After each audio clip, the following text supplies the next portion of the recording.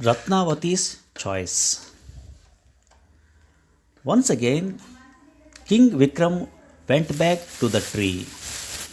He lowered the corpse, took it on his shoulder, and began to walk towards the burial ground in silence. O king, said Bethal of the corpse, you, who should be ordering others, do work at another's bidding, and my heart melts for you. In order to lighten your burden, I will tell you a strange tale. He began the following tale. Ayodhya was once ruled by a king called Virketu. At one time, during his reign, a series of mysterious thefts occurred in several parts of the city day by day.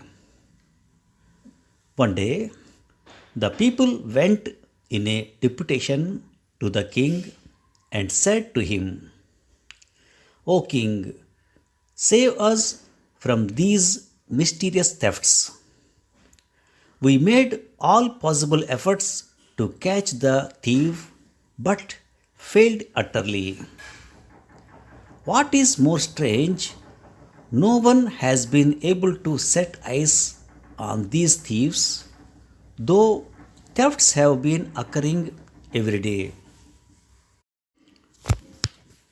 The king assured the people that he would look into the affair and do the needful.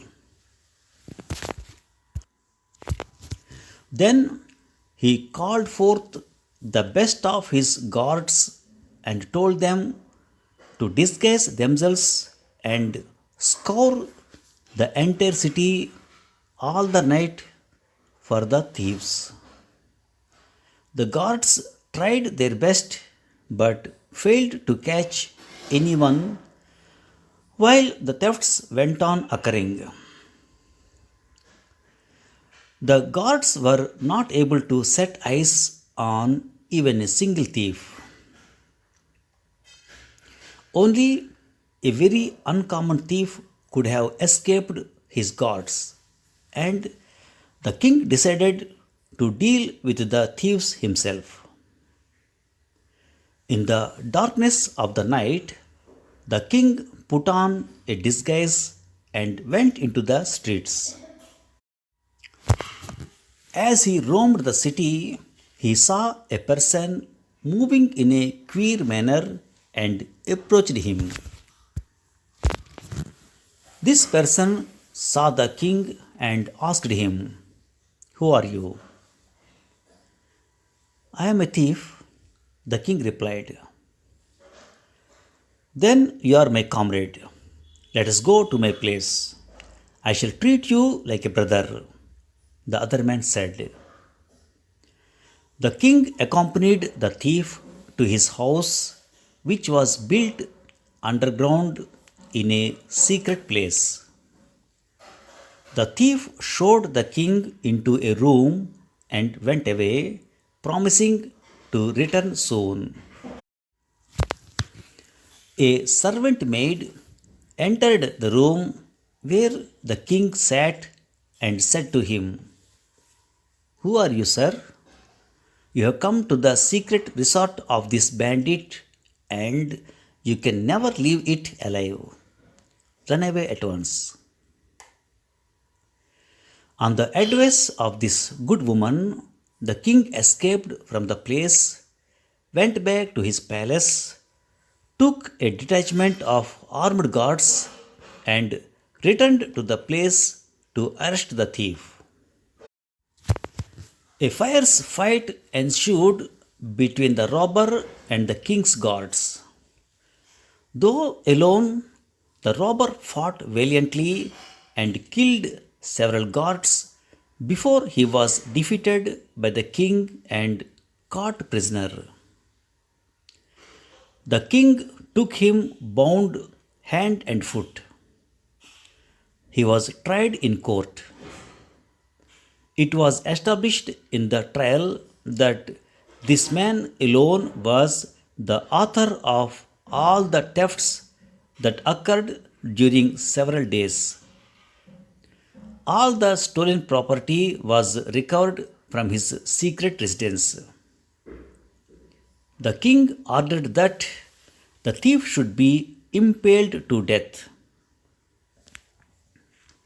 As the guards took the thief along the streets to carry out the punishment, Ratnavati, the daughter of a millionaire merchant, saw the prisoner and said to her father, I want to marry him, father.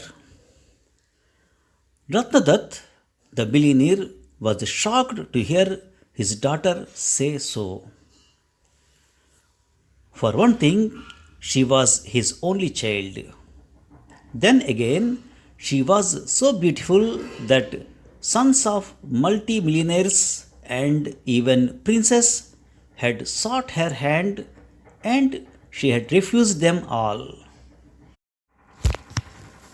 Was it to marry this wretch that you rejected all the princes and rich boys, my daughter? Ratnadatt said to his daughter sadly, Forget him, my dear. They are taking that man for impaling. Soon he will be dead. How can you marry him? But Ratnavati refused to listen to him. The irony of it was that she had refused to listen to her father when he had advised her to accept one or the other of the rich and noble suitors in the past. She was so taken by this thief that she adored him because of his valor in resisting the king single handedly. Let him be a thief and let him be impaled. He is my husband. If you are anxious that I should be married, marry me to him. If it is beyond your capacity, I will gladly die with him. Change my mind I cannot, the girl told her father. These words were uttered with such determination that the merchant was completely baffled.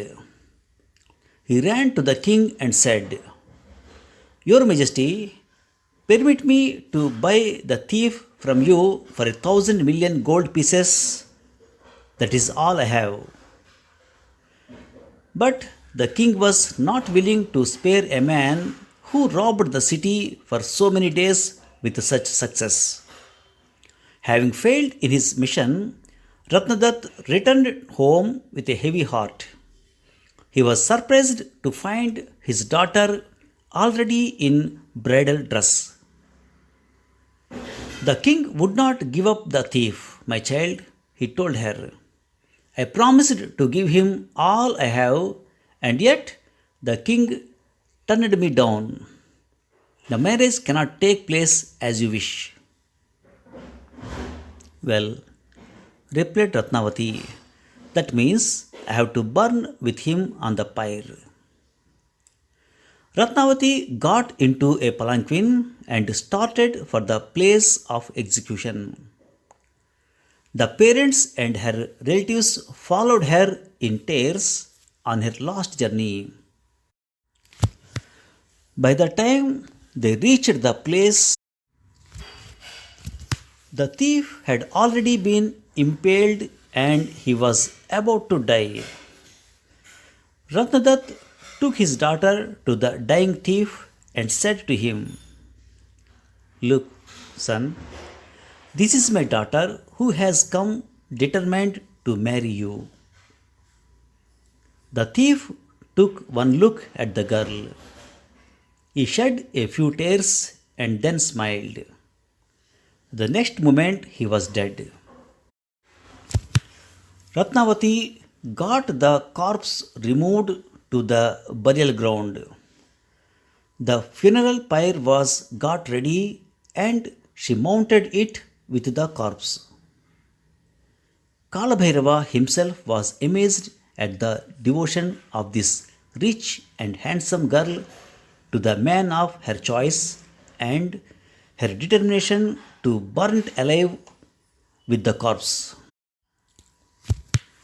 He appeared before the girl and said to her, "Child, your devotion is exceptional. Let me grant you whatever you desire most." Lord, Ratnavati said, "I am the only child of my parents. When I die, they will weep for me all their lives.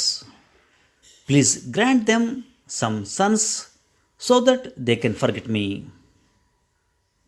Kalabhairava smiled and said, "I grant your wish, but don't you want something for yourself, child? I am dying with my husband. What more do I want?" Ratnavati replied.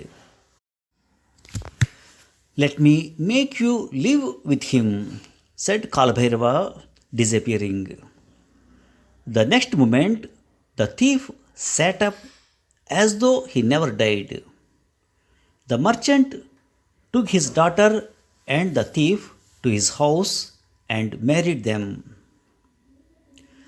Betal finished the story and said to Vikram, "O king, why did the thief shed tears first and later smile when he heard that Ratnavati desired to marry him when he was on the point of dying? If you know the answer and still do not reply, your head will be split." "The thief first shed tears of remorse," Vikram replied, "because he was dying without repaying this unforeseen charity. Then he smiled at the idea of a rich and beautiful girl falling in love with him after rejecting all the princes and rich young men in the land. He smiled at the mysterious ways of the Creator, Lord Brahma.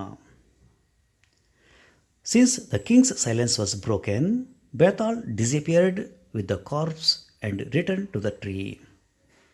Thank you very much.